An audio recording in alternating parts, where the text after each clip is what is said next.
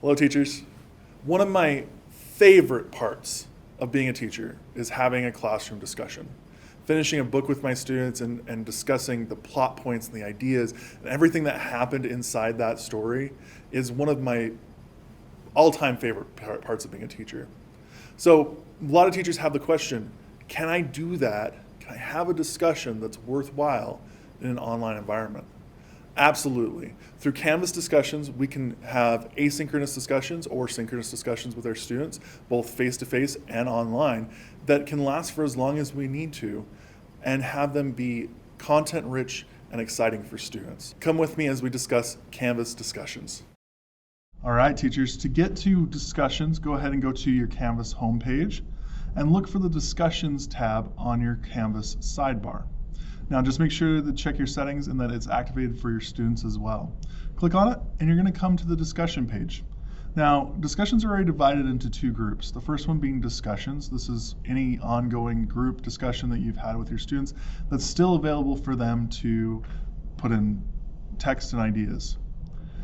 The other one is pinned discussions. These are discussions that are ongoing that are always going to appear at the top of the list. These things might be things like ongoing Q&As, class procedures, things that you want students to continue to respond to, and maybe content as well. Up in the top right, you can go ahead and click on all, and you can see all the different discussions that are going on, as well as you can search by the title or the author. So if you want to look for a specific student's work, you can go ahead and do so in that spot. To create a new discussion, go ahead and click on plus discussion, and it's going to take you to a page that looks very familiar. This is the rich content editor to start off with.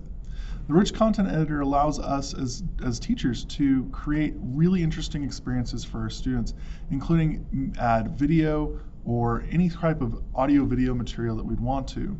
I personally use this a ton to enunciate my ideas through video, through the media recorder, and get those ideas to my students in a quick and orderly manner. I've seen great discussions from other teachers that include YouTube videos or pictures or parts of text as well to get students excited about what's going to be discussed in that discussion group. Once you're done setting that up, go ahead and scroll down and you're going to find the post to, who you want the discussion to go to, which section or group. You can also attach a file to it if you'd like. Below that are options, and this is where you have a lot of really cool things that you can do as a teacher.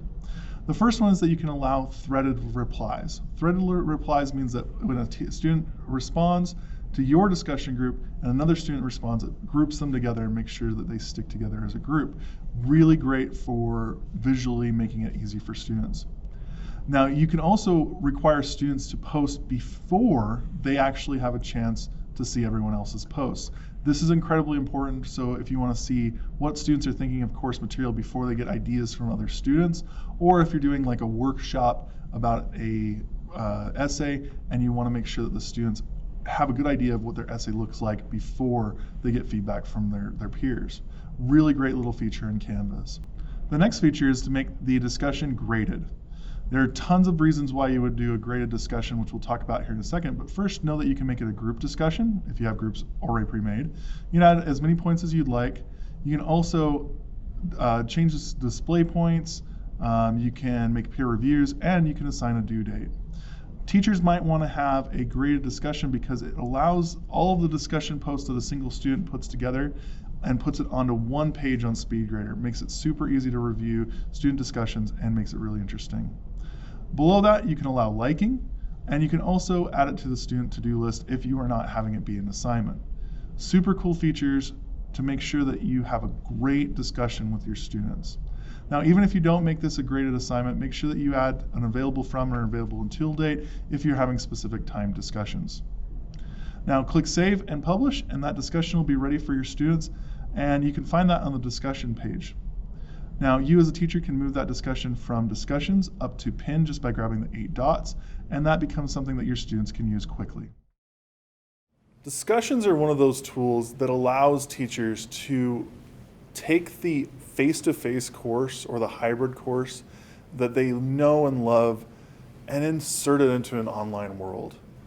I've had great success with students week to week being challenged and having great discussions and even workshops on larger assignments when we actually facilitate it through discussions. Make sure that you use this powerful tool in your Canvas course to initiate discussions, elaborate on Q&As, and dig deeply into course content with your students. It's one of the most powerful tools in Canvas, and I hope that you see its power. Thanks so much.